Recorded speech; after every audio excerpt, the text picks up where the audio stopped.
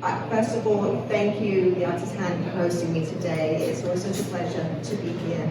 I just love this place, the art, and the best chai lattes around. And a little shout out to Didi, okay, the barista today. Today I want to talk a little bit about the magic of Christmas. And I think of Christmas, I think of sleigh bells and lights and Christmas trees and Christmas carols. And there are probably no Brits here, but I also think of mince pies and Christmas pudding that my mom would bring to the dinner table on fire. And brownie butter. We put out the fire before we put the brownie butter on the Christmas pudding. But also Christmas can be a time, it's not always the most joyous time. Sometimes there's somebody missing from the dinner table, or sometimes times are hard and perhaps the Christmas budget is running a little bit low. But one thing that's free and is at Christmas is the Christmas spirit, and there's nothing that can beat the Christmas spirit. So I'm going to be talking a little bit about that as well today. The first time I experienced the magic of story was when I wrote my first ever story, and I was 7 or 8 years old. I lived in a little village.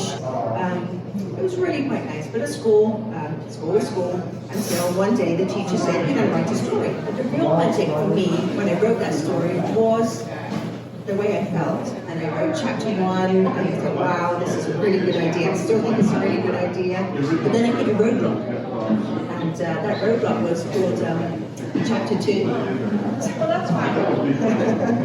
I never made it past the first paragraph in chapter 2. And I told myself, I used to have a little bit of negative self-talk. I told myself that I didn't know enough, and therefore I couldn't write. But somewhere in my head I had, by the age of 40, I would write a novel. And I kind of forgot that for some years, and then I remembered it in time. So about the age of 38, okay, I've got to meet my 40-year-old goal, right? So I sat down to start writing. So for the writers here, you know, sitting down to write a story at 38, you're not going to be a bestseller by the age of 40.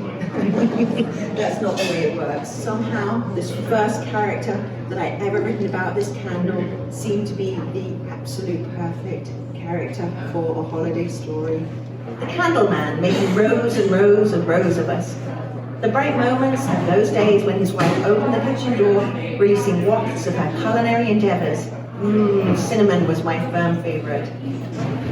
I never expected to leave the shelf in the darkest, dustiest back corner. I leaned to the right. My shelf fellows similarly slanted or cracked or flawed. A fellowship of discards. We couldn't even slip into the bundles of candles the man packaged for large orders.